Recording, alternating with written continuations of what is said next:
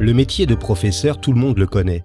Notre propre parcours d'enfant, puis celui de nos enfants sont jalonnés de profs, tels des repères dans le temps, mais aussi des repères dans l'accès aux multiples savoirs dont ils sont les garants.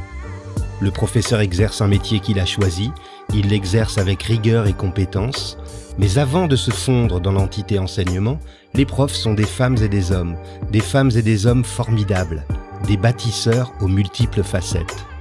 Je suis Christophe Salomé, professeur des écoles depuis une trentaine d'années, et depuis 15 ans, je me promène d'école en école en tant que maître remplaçant.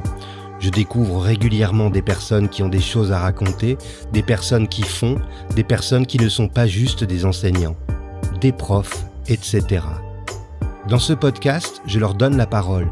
Qu'est-ce qui leur a donné le désir d'enseigner ? Quelles sont leurs valeurs, leurs passions, leurs attentes ? Qu'ont-ils envie de partager ? Prof, etc. Catherine Aubry est née à Antibes et a grandi à la Colle-sur-Loup. Elle vit aujourd'hui à Cagnes-sur-Mer. Elle est professeure des écoles depuis 2003 et intervient dans plusieurs établissements comme décharge de direction. À 6 ans, elle se voyait en superwoman. Mais un peu plus tard, ce sont Marie Curie et Jean Monnet qui sont devenus ses modèles. Il y a une dizaine d'années, Catherine a dû faire une pause pour des raisons de santé et elle en a alors profité pour devenir guide touristique en parallèle de son métier d'enseignante. Ces deux casquettes lui ont permis de trouver un équilibre et de poursuivre son désir d'ouverture au monde, la pratique des langues et la découverte d'autres cultures. Elle utilise sa sensibilité pour défendre et protéger le patrimoine en transmettant aux autres. C'est pour elle une formidable source de joie qu'elle qualifie de vitale et qui lui donne envie de se lever chaque matin. Catherine Aubry, bonjour. Bonjour. Qu'est-ce que vous avez pris ce matin au petit déjeuner ? Du lait, une tartine, et c'est à peu près tout. De l'eau. Quelle a été votre dernière escapade touristique ? Ma dernière escapade touristique. Alors vraiment touristique, Giverny cet été. Je me suis fait plaisir. Et en ce moment, je travaille sur un projet autour de Monet et notamment autour des jardins d'artistes. Donc, je me suis fait j'ai réalisé un rêve que je ne faisais jamais auparavant parce qu'on pouvait toujours partir plus loin et que Paris, j'y allais souvent l'hiver et que Giverny l'hiver, c'est moins agréable. Donc, cet été, je me suis pris à arpenter les rives de Chatou à la recherche des impressionnistes et je suis partie après à Giverny. Quel est votre meilleur souvenir en tant qu'élève ? Meilleur souvenir en tant qu'élève, je crois que c'est assez drôle, j'en parlais justement ce matin. Je crois que c'est quand j'ai eu mes résultats du bac français, où j'ai eu, je n'y croyais pas, j'ai eu de très très bonnes notes. Et j'ai compris ce que m'avait dit ma prof de français à ce moment-là, qui m'avait dit l'important, c'est pas d'avoir des bonnes notes toute l'année, c'est d'être prêt au moment, au jour J. Et j'ai compris ce jour-là ces phrases. Prof, etc. Vous avez été quel genre d'adolescente ? Je me cherchais pas mal. J'étais pas sûre de moi. Et en même temps, très étourdie, donc très naturelle. Donc par moments, ça me jouait des tours parce que du coup, moi, je voyais pas forcément le mal et je comprenais pas que les choses tournent pas. Voilà, mais une adolescence quand même plutôt heureuse, même si comme tout le monde, on se cherche.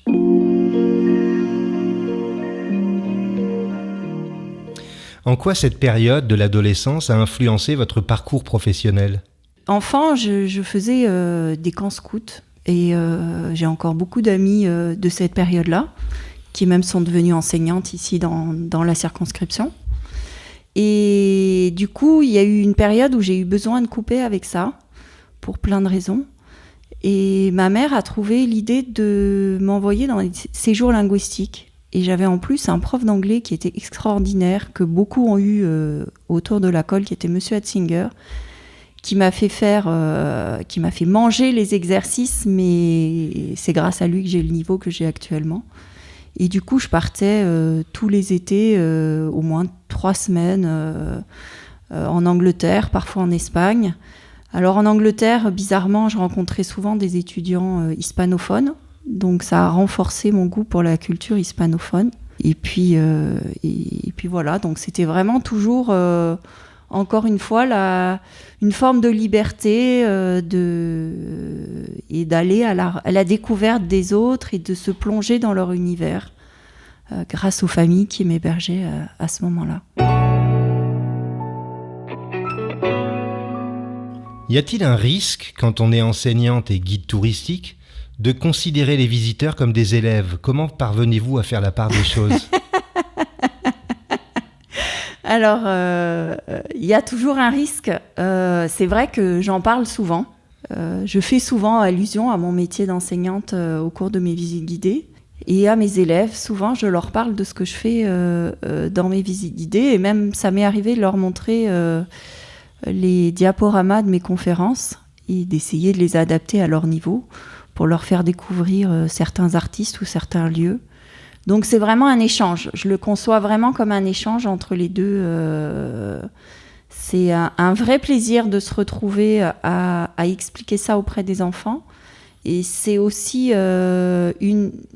comme j'ai toujours été naturelle et spontanée, j'ai pas du tout un vocabulaire académique. Donc du coup, ça passe très bien, aussi bien au niveau des visiteurs que des enfants. Et ça me permet d'être à leur portée et de me dire, ben voilà, qu'est-ce qui peut les intéresser sans pour autant...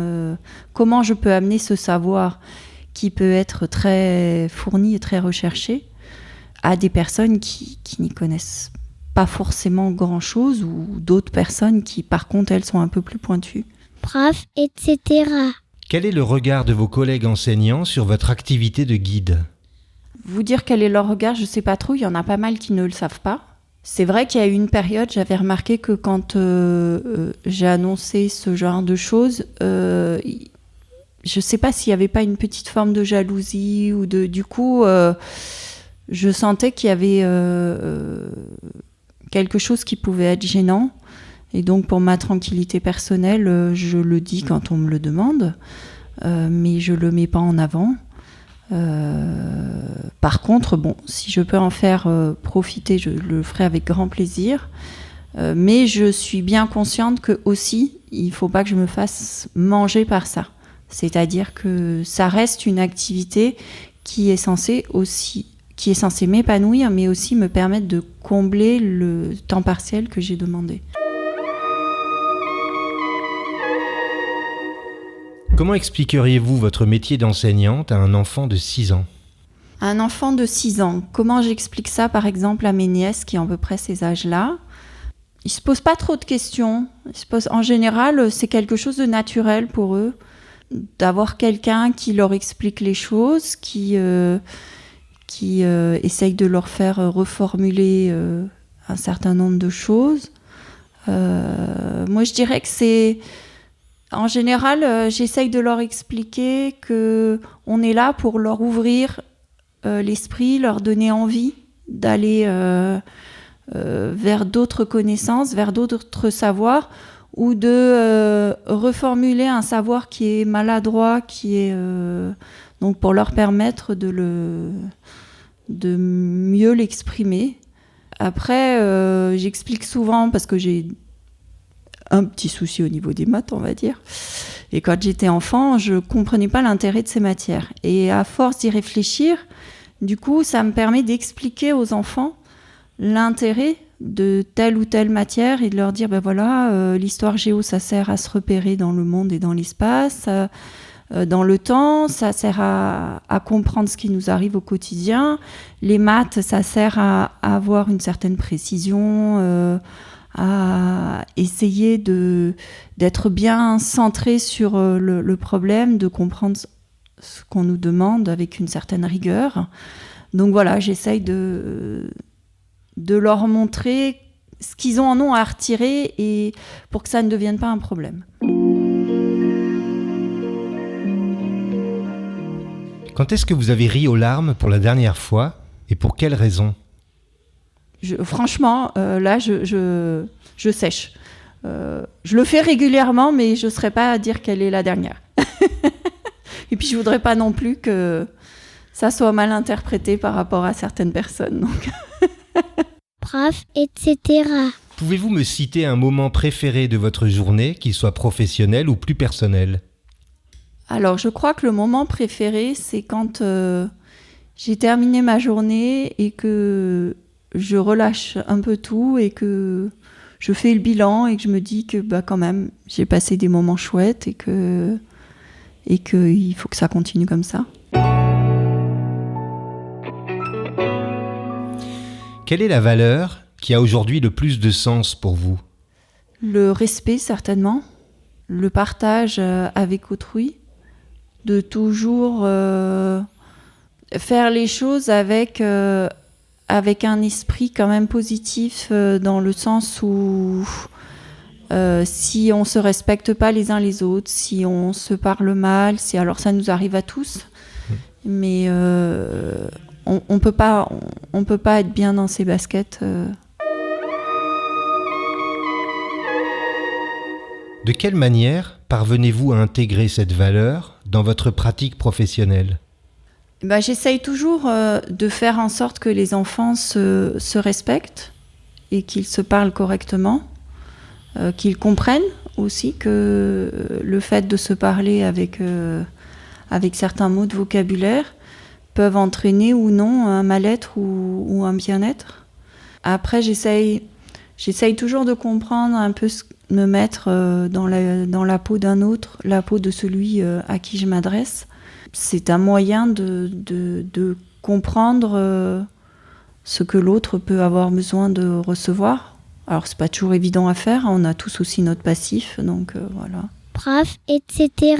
Quel mot, selon vous, compléterait le mieux le mot voyager ? Découverte, ouverture, rencontre. Je pense que rencontre, c'est certainement un des mots les plus forts. Partage, il y en a plein.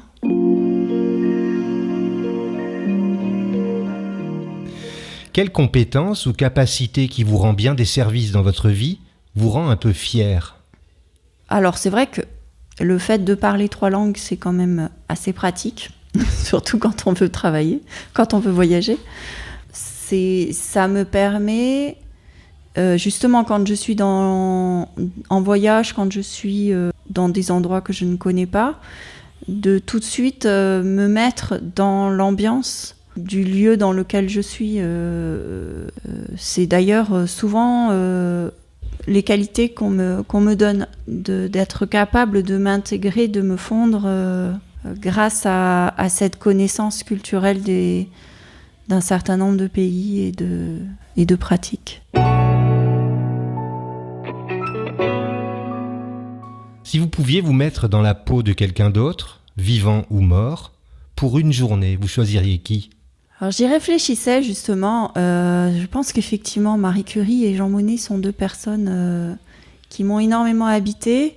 Marie Curie non pas parce que je suis scientifique, loin de là, mais pour la détermination qu'elle avait à cette époque, au 19e siècle et au début du 20e siècle, à faire passer un savoir et une volonté de recherche en tant que femme, qui ne lui était pas forcément ouvert, et surtout qu'elle était d'origine polonaise, donc il a fallu en plus qu'elle s'adapte à une nouvelle culture, à une nouvelle façon d'être, de réfléchir, une nouvelle langue, ce qui n'est pas évident.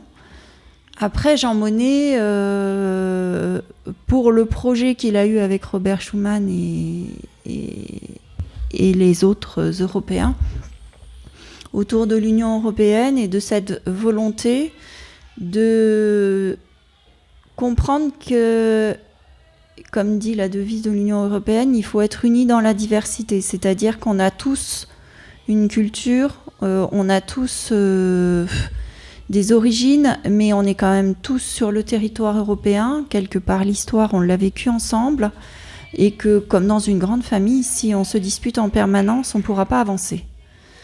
Donc c'est ce projet-là européen et ce projet culturel qui m'intéresse. Comment définissez-vous le succès ? être heureux et bien dans ses baskets. Tout simplement. Après, bien sûr qu'il peut y avoir plein d'argent, avoir un super métier qui permet d'avoir des super relations. Bien évidemment qu'il peut y avoir tout ça, mais si on n'est pas heureux dans ses baskets, on va pas bien loin. Qu'est-ce que vous vous souhaitez pour les 2 prochaines années ?